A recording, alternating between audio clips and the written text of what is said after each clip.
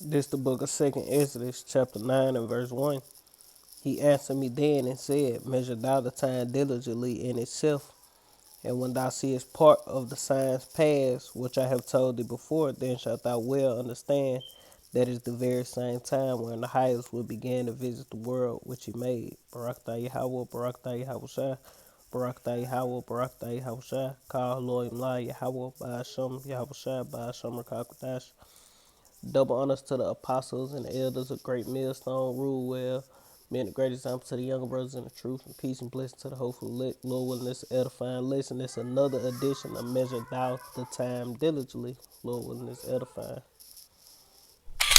We're all going to feel the ramifications of this. And what we're seeing right now with the wildfires and the massive hurricanes and all these catastrophes, it doesn't get better than this, okay? It doesn't get better than this. It slowly becomes worse. It would damage the... And that's truly going to happen. That's going into the precept in Second Exodus, like the birth pains of a woman, man. You know, the Lord say He's going to send plagues upon the earth, man. Matter of fact, let me grab that. So like it. Look, grab that real quick. You know, start it off with something. You know, and these are the signs of the end that's gonna be happening in the earth. Literally, because I think they finna go into that movie, Don't Look Up. But these things are literally gonna happen. You know? So let's get it. Let me find it first.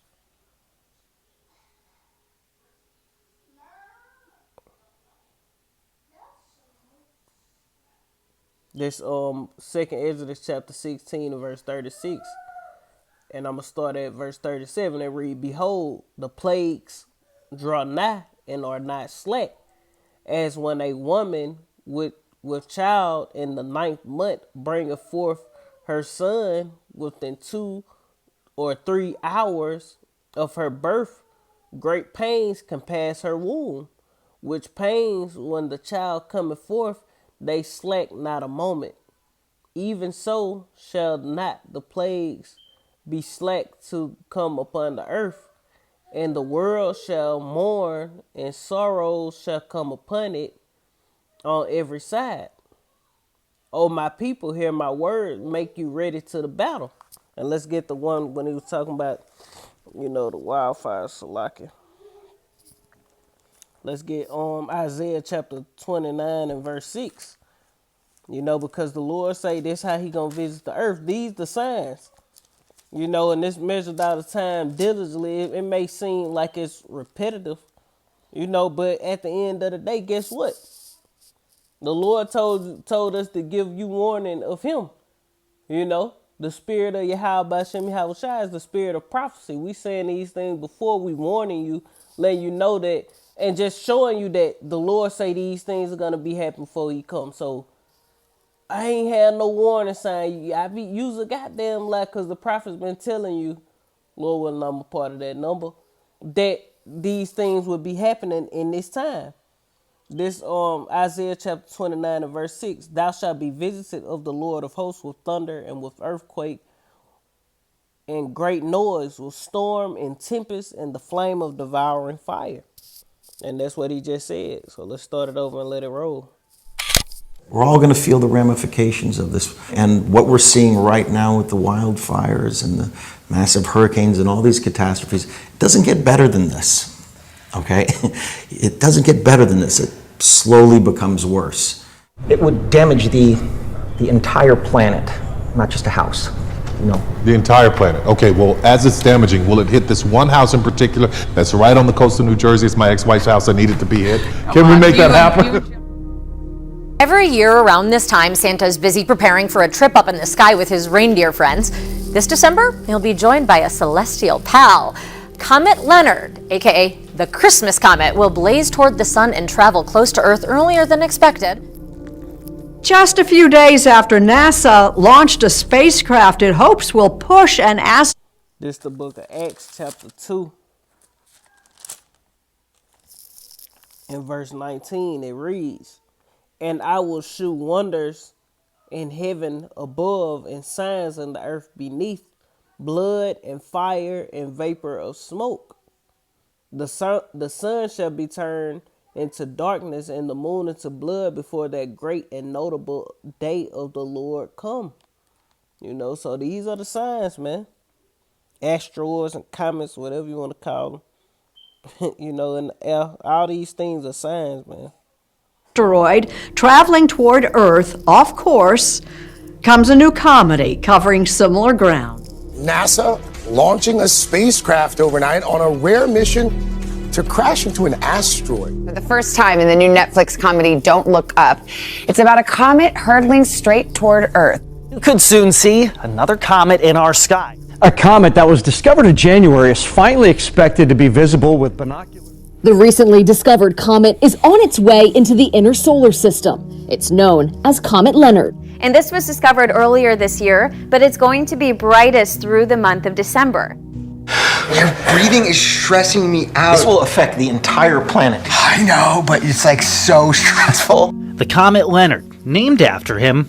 And it's a comedy. I ain't know it was a comedy, but this is the true mindset of you fucking Americans, man. Think everything a goddamn game, man. I always laugh. The presidents and governors, they always smiling. You see every teeth in their mouth, man. Every time you see them smiling and shit.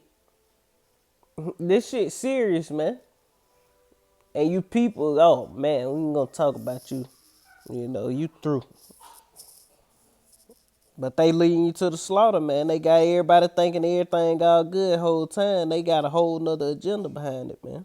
Is different. This comet is getting closer to the sun and closer to the Earth. So that gives us the opportunity to see it as it brightens.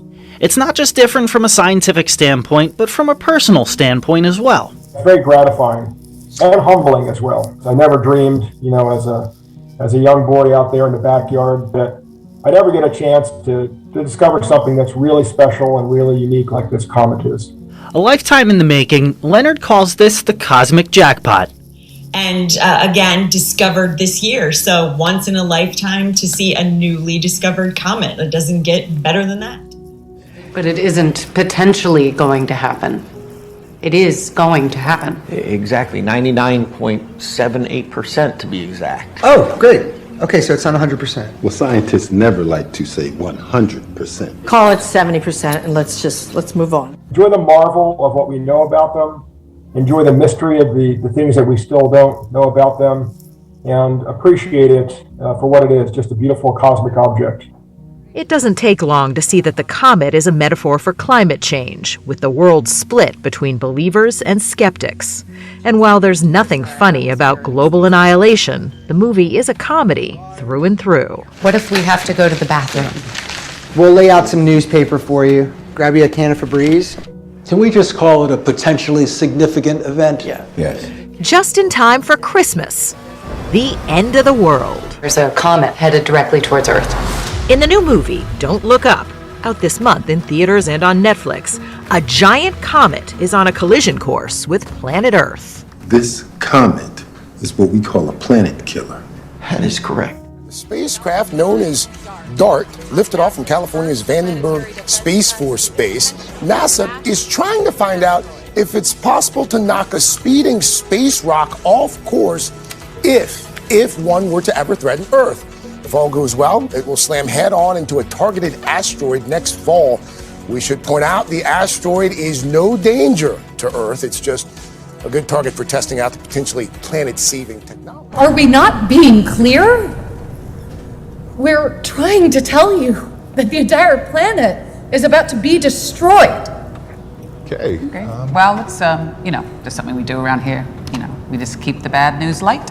Right, it helps the medicine go down. Did you feel like I have to do a comedy? Yeah, because if we're laughing, we can deal with stuff. It's when we get, overwhelmed with depression or despair, that's when things get hard.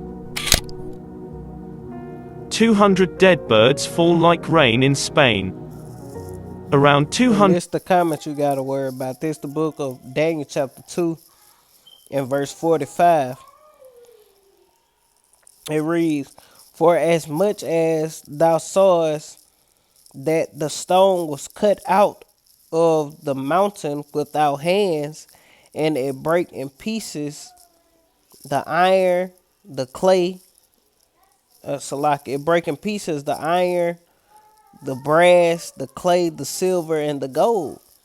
The great, the great power, the great God. I'm gonna read verbatim. Have made known to the king what shall come to pass hereafter, and the dream is certain, and the interpretation thereof is sure. That ain't what I wanted, but that's pretty much the point. Let me get what I wanted though.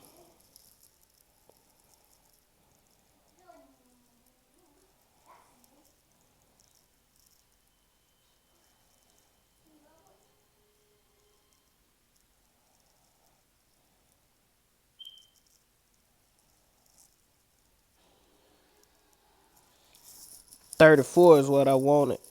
It say, "Thou sawest till the Is that what I just read? Okay, no, that's what I wanted.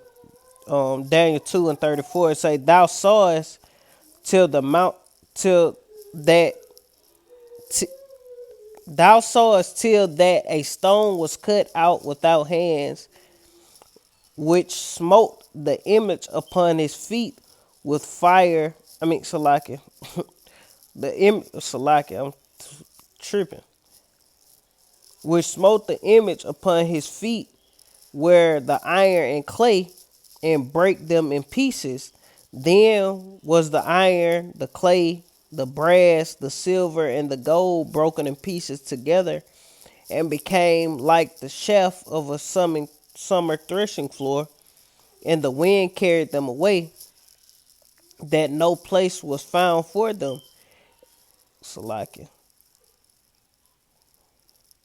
And the stone that smote the image became a great mountain and filled the whole earth. And ultimately, that's the stone that's gonna got there. And that's the only meteor, comet, whatever you want to call it, you need to be worried about. Asteroid, whatever you want to call it, you need to be worried about, Esau.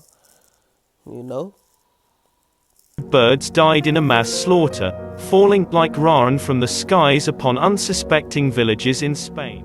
We could overcome this, but what's scaring me now is it's really getting to be down to the last second. So hopefully this movie is something where we get a lot of laughs, but we also get a kick in the pants.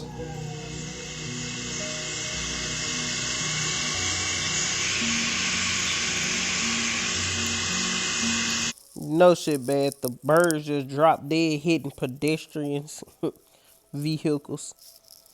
But this Hosea chapter 4 and verse 1, it say, "Hear the word of the Lord, ye children of Israel." Now everybody ain't a child of Israel, but in this instant it was talking to the children of Israel. It read, "For the Lord have a controversy with the inhabitants of the land." And do not the Lord have a controversy with how this system, how the world is being operated today? Yes, he do. Because there is no truth, nor mercy, nor knowledge of the Lord Yahweh by Hashem Yahweh Shai in the land. By swearing and lying and killing and stealing and committing adultery, they break out in blood, touch of blood. Verse 3, Therefore shall the land mourn, and everyone that dwell therein shall languish with the beasts of the field and with the fowls of heaven. Yeah, the fish of the sea also shall be taken away. And you see, 200 birds,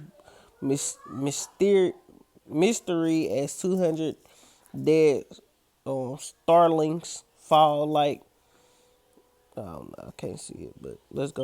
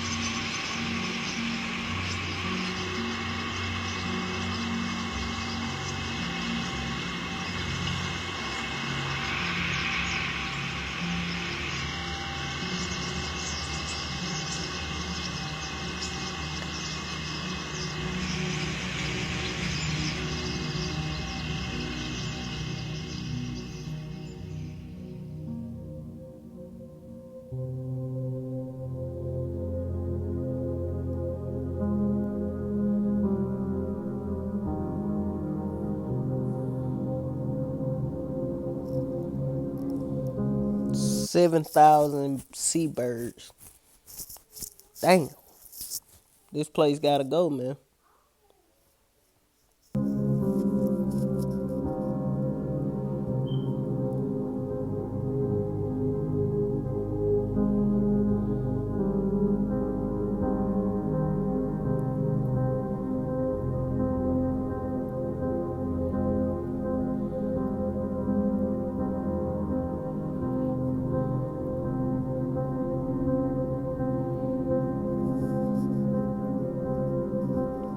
And Esau fucking up the whole earth, man. The whole earth groaneth and waiteth for the sons of God, man.